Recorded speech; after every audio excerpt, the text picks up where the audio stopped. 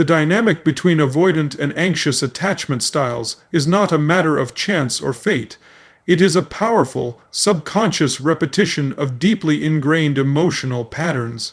To understand why individuals continually find themselves in the same painful cycles, one must first recognize that human beings are not primarily logical creatures, but are wired for patterns. Many navigate life under the illusion that their relationships are solely the product of luck, timing, or finding the right person. However, the reality is that your relationships are a direct reflection of your internal programming. Without conscious awareness of these patterns, you are destined to repeat them, perpetually bewildered by the same issues resurfacing in your love life. It is akin to driving the same road every day and wondering why you always arrive at the same, often undesirable, destination. The reason you experience repetitive relationship dynamics is not random, it is programmed into your nervous system. Your brain is wired to seek familiarity, even when that familiarity is painful. Most people do not select partners based on what is healthy. They choose based on what feels familiar. If you grew up in an environment where love felt inconsistent, unpredictable, or unavailable, that experience becomes your blueprint for adult relationships.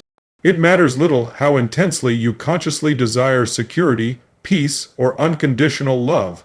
If your subconscious mind is wired for inconsistency, you will be magnetically drawn to relationships that replicate that emotional state.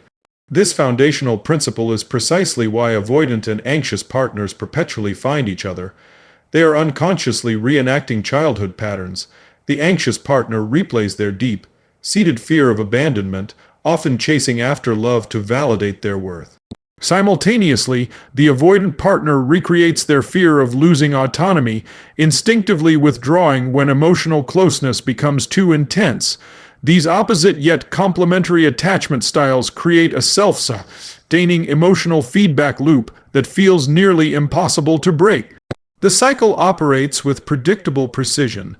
The anxious partner, sensing emotional distance or neglect, pushes for greater connection and reassurance. The avoidant partner, perceiving this push as overwhelming pressure or an infringement on their independence, pulls away to create space. This withdrawal triggers panic in the anxious partner, who then redoubles their efforts to fix, chase, and secure the relationship. This intensified pursuit further overwhelms the avoidant, prompting even greater distance.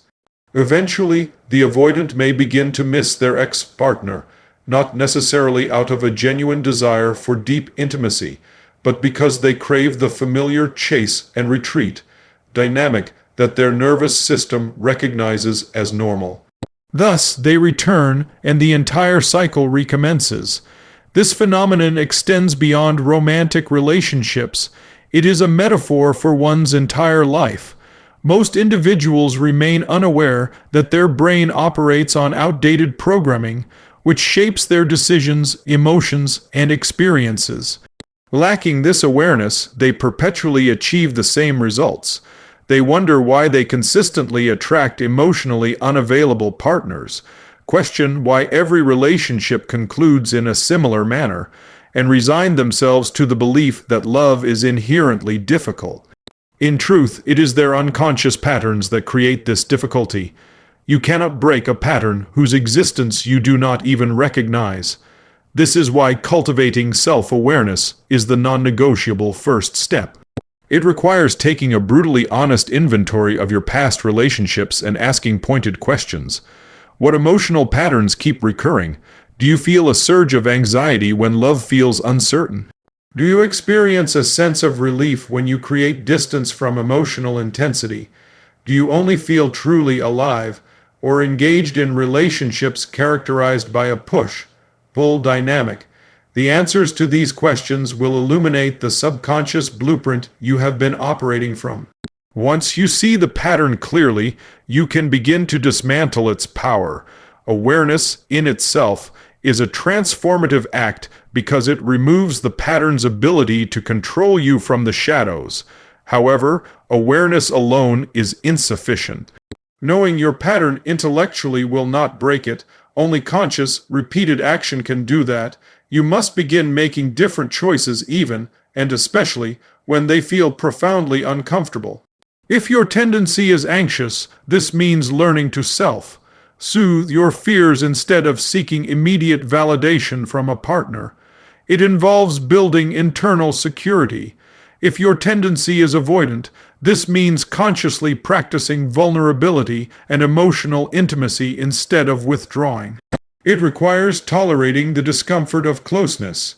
You must rewire your nervous system to associate love with safety and stability rather than with the adrenaline of survival-based cycles.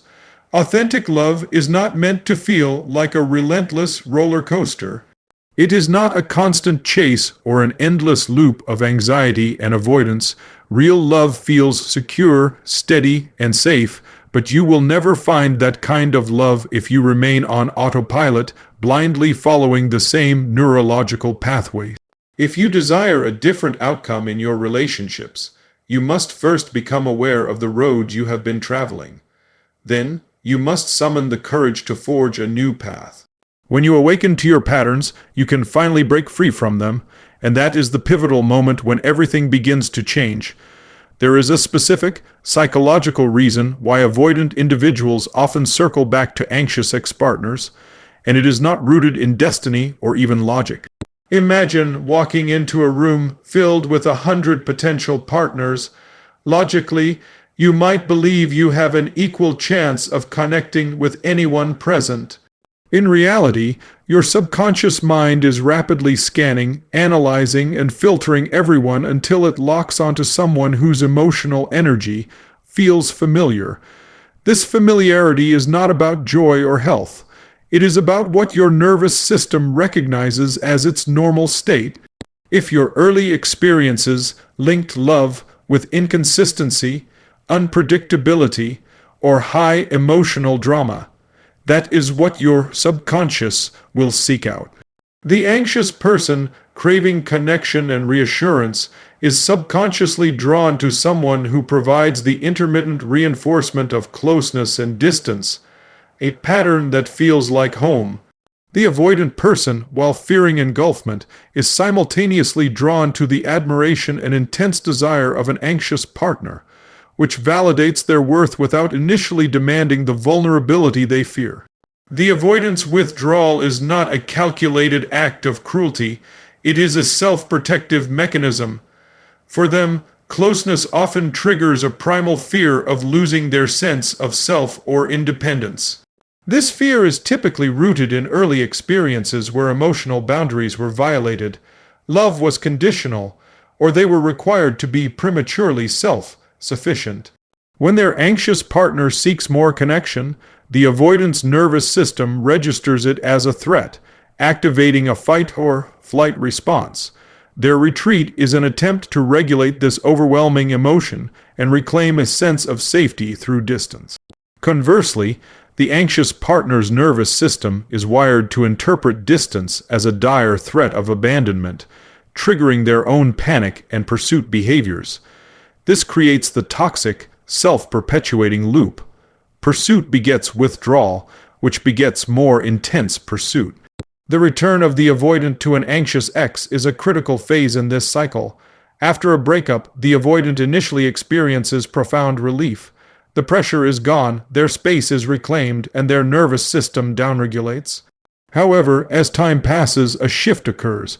The human need for connection, which is biological and innate, begins to reassert itself. The silence they craved starts to feel like isolation. Their nervous system, now unregulated by the absence of any close bond, begins to crave the very connection it once fled. At this point, the brain, which once justified leaving by focusing on the partner's flaws, begins to romanticize the past. It remembers the warmth, affection, and intense desire of the anxious partner. This is not a conscious change of heart, but a neurobiological swing. The avoidant may then reach out, often testing the waters with a tentative message. If the anxious ex responds with open arms, which they often do, due to their own pattern of hoping this time will be different, the cycle reignites. The avoidant re-engages, enjoying the validation and connection, only for their old fears to be reactivated once closeness is reestablished, prompting yet another withdrawal. This on-again, off-again pattern is an addiction to a familiar emotional rhythm, not a testament to an unbreakable bond. Both parties are trapped in a dance choreographed by their subconscious wounds. The anxious partner mistakes the intensity of the cycle for passion, and the avoidant mistakes the relief of distance for freedom. Neither recognizes that they are replaying an old program designed in childhood to cope with emotional needs that were not adequately met. Breaking free requires moving from unconscious reaction to conscious action. It demands that the anxious partner learn to derive security from within, and that the avoidant partner learn to tolerate and even lean into the vulnerability of sustained closeness. It is a challenging rewiring process, but it is the only path to a love that is secure, consistent, and truly fulfilling. Part 2. The avoidant attachment style is frequently misunderstood. Avoidant individuals are often perceived as cold, emotionally detached, or incapable of love. This is a profound misconception. Avoidants desire love and connection as deeply as anyone else. The core difference lies in how their nervous system processes intimacy. For them, deep emotional closeness can feel synonymous with suffocation, enmeshment, or a loss of their hard-won independence. This association is typically formed in early development, perhaps in households where love was transactional, where personal boundaries were disregarded, or where emotional expression was discouraged. Consequently, they developed a foundational belief. Relying on others is unsafe, and maintaining autonomy requires emotional distance. Their strategy for staying in relationships often involves carefully managing closeness, keeping partners at an arm's length to experience connection without triggering their fear of being consumed. This internal conflict explains the avoidant's paradoxical behavior of leaving and returning. They possess a genuine craving for the bonding and admiration a relationship provides, yet they lack the emotional toolkit to navigate sustained intimacy without panic.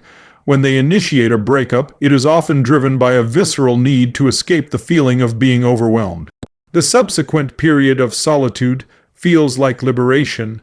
However, as the initial relief fades, the biological and psychological need for attachment resurfaces. Loneliness replaces relief, and they begin to nostalgically recall the positive aspects of the relationship, minimizing the reasons for their departure.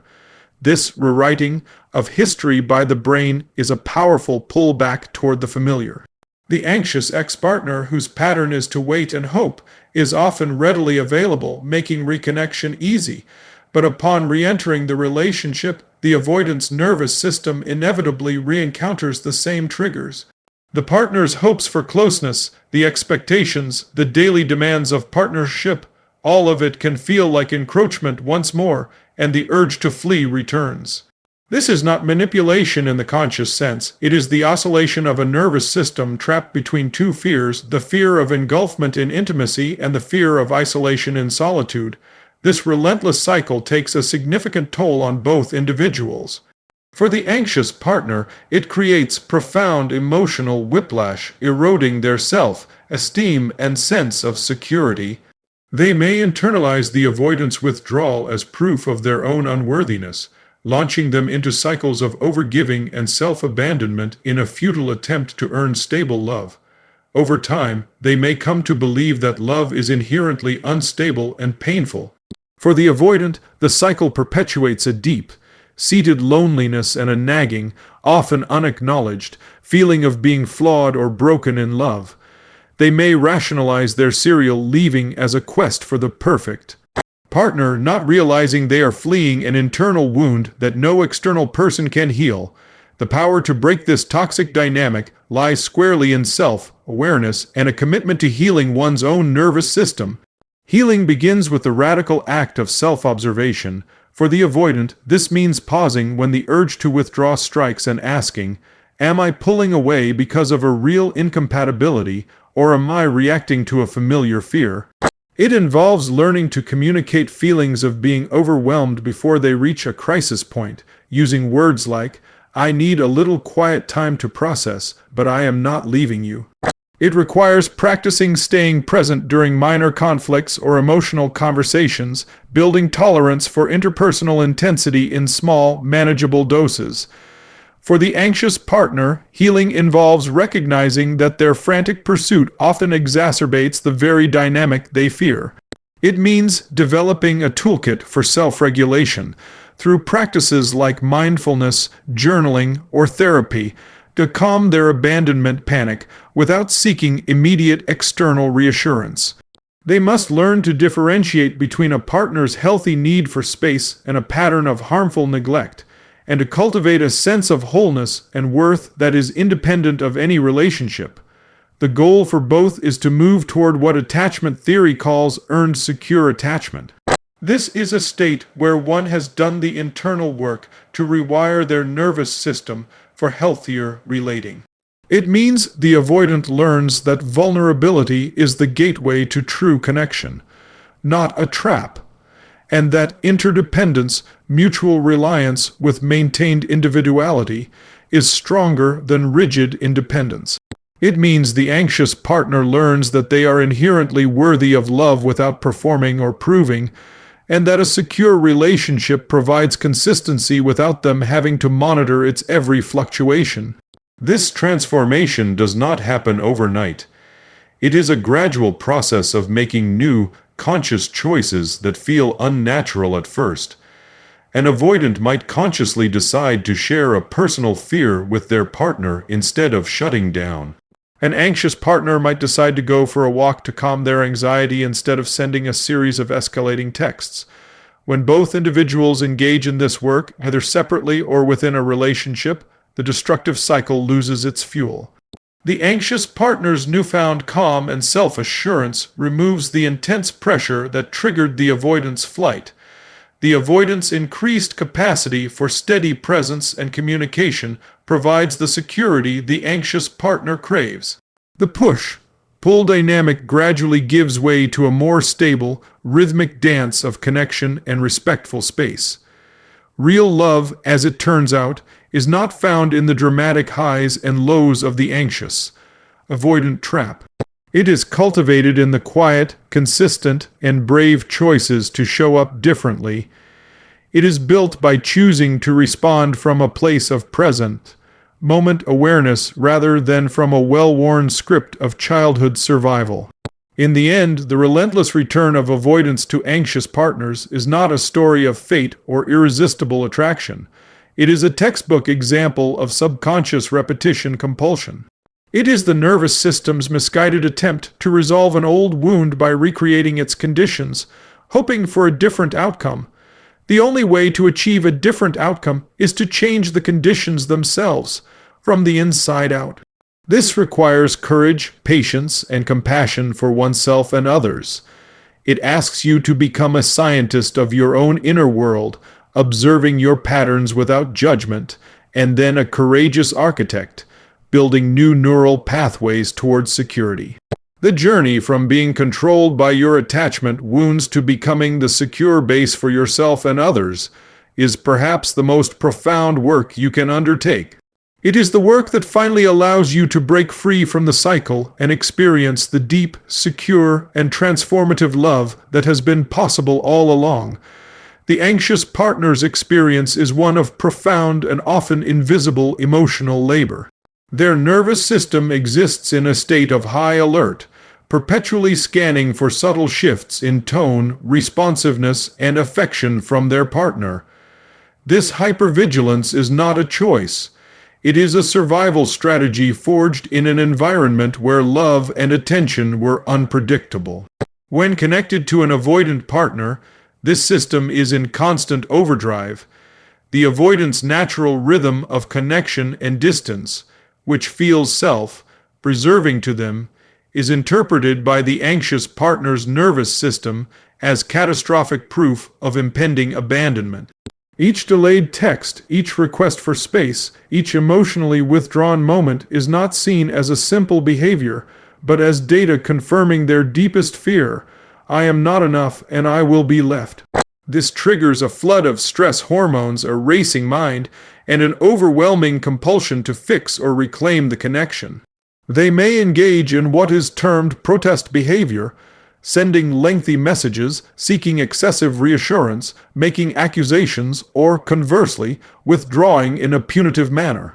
All of these actions are desperate, albeit counterproductive, attempts to soothe their own triggered nervous system by regaining a sense of control and contact. This dynamic has a corrosive effect on the anxious partner's self-concept. Over time, they may come to view their own legitimate needs for closeness and reassurance as pathological neediness. They may shrink themselves, suppress their desires, and engage in people-pleasing behaviors in a futile attempt to become the low-maintenance partner they believe the avoidant wants. This self-abandonment only deepens their internal wound and resentment. The intermittent reinforcement provided by the avoidance cycles, the intense relief and joy when they return, followed by the crushing anxiety when they withdraw, creates a powerful psychological addiction. The relationship begins to mirror the dynamics of a slot machine. The anxious partner invests immense emotional energy, the pull of the lever, for the unpredictable but euphoric payoff of connection, the jackpot. This addiction to the cycle makes it incredibly difficult to leave, as the hope for a permanent win becomes entrenched. For the avoidant partner, the internal landscape is equally fraught but manifests differently. Their core fear is not of abandonment, but of engulfment, of being swallowed up, controlled, or consumed by the needs and expectations of another. Their childhood survival strategy often involved emotional self-sufficiency, learning to rely solely on themselves because caregivers were either intrusively enmeshed or disappointingly unavailable. In adulthood, intimacy unconsciously triggers this old alarm. You are losing yourself. Your freedom is under threat. Their withdrawal is not a lack of love, but a regulatory mechanism. Creating physical or emotional distance is the only tool their nervous system knows to lower the overwhelming activation caused by perceived closeness. They often rationalize this retreat with logical-sounding narratives: "We're just too different," "I need to focus on my career," or "the spark is gone." These thoughts feel entirely true in the moment, as the brain cleverly constructs a post hoc justification for the flight response already underway. The avoidance return to an anxious ex is a pivotal moment in this neurobiological drama. After a separation, the initial phase is one of decompression. The pressure valve is released, and they can breathe again. They reimmerse themselves in work, hobbies, and solitude, reaffirming their independence. However, the human need for attachment is a fundamental drive. Once the immediate threat of engulfment has passed and the nervous system has settled, the underlying need for bonding reemerges. Loneliness sets in, but it is often felt as a vague emptiness, restlessness, or boredom. Their mind, which previously catalogued their partner's flaws, now begins to selectively recall the positive memories, the affection, the admiration, the shared laughter, the sexual chemistry. This cognitive shift is the brain's way of motivating reconnection to fulfill the attachment need. The avoidant may then make contact, often in an ambiguous or low-risk way. If the anxious partner, whose own patterns are wired for reconnection, responds with warmth and availability, the avoidant is pulled back in. They may experience a honeymoon period where the connection feels safe and exciting because the anxious partner, relieved and hopeful, is initially less demanding. But as the relationship settles back into a routine of normal intimacy and expectation, the avoidant's old fears are reactivated. The sense of being trapped returns, the flaws they had forgotten are magnified anew, and the urge to escape resurfaces, restarting the cycle. This push-pull is not a game. It is the avoidant oscillating between two powerful, conflicting internal forces, the hunger for connection and the terror of immersion. The toll on the avoidant is a profound, often unarticulated loneliness. They may float from relationship to relationship or engage in serial short-term liaisons that never trigger their deeper fears, but they rarely experience the profound security and vulnerability of truly interdependent love. They may develop a narrative of being a loner or a free spirit, masking a deep, seated yearning for a connection they feel incapable of sustaining. There can also be significant guilt and shame, awareness, however dim, that their behavior hurts others, coupled with a frustrating inability to change it without dedicated introspection. Breaking this toxic cycle is arduous but entirely possible. It requires both parties to stop focusing on changing the other and turn their attention inward to their own healing. The work is distinct for each attachment style but converges on the same goal: developing an earned, secure attachment.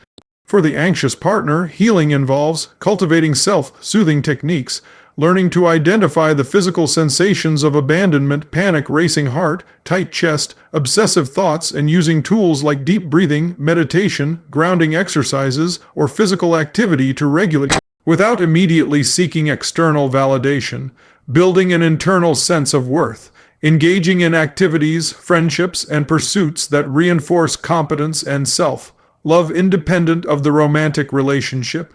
Therapy can be invaluable in challenging the core belief of being not enough, redefining needs, understanding that wanting emotional closeness and consistent communication are healthy needs, not flaws. The work is to express these needs calmly and clearly, and to discern when they are being respectfully negotiated versus chronically dismissed. Setting and enforcing boundaries, this is critical. It means having the courage to say, "I love you, but I cannot stay in a relationship where I feel perpetually insecure. I need consistency to feel safe," and being prepared to walk away if a partner is unwilling or unable to provide a stable foundation. For the avoidant partner, healing involves developing emotional literacy, learning to identify and name their emotions, especially fear and vulnerability, which they often dismiss or rationalize away.